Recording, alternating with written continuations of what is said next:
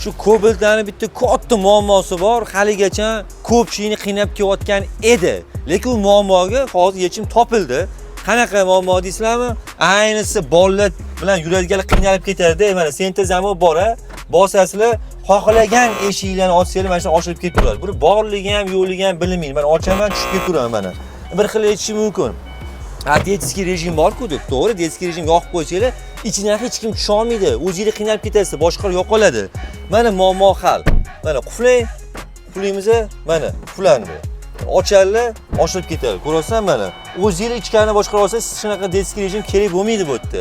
Bunaqa shuni kimga murojaat qilish kerak yoki? Lifecar O'zbekga murojaat qilsanglar, kimni Cobalt'iga shu xizmatlarimiz kerak bo'lsa, mashinani hech qatiga zarar yetkazmasdan ishlarni chiroyli qilib bitkazib beramiz.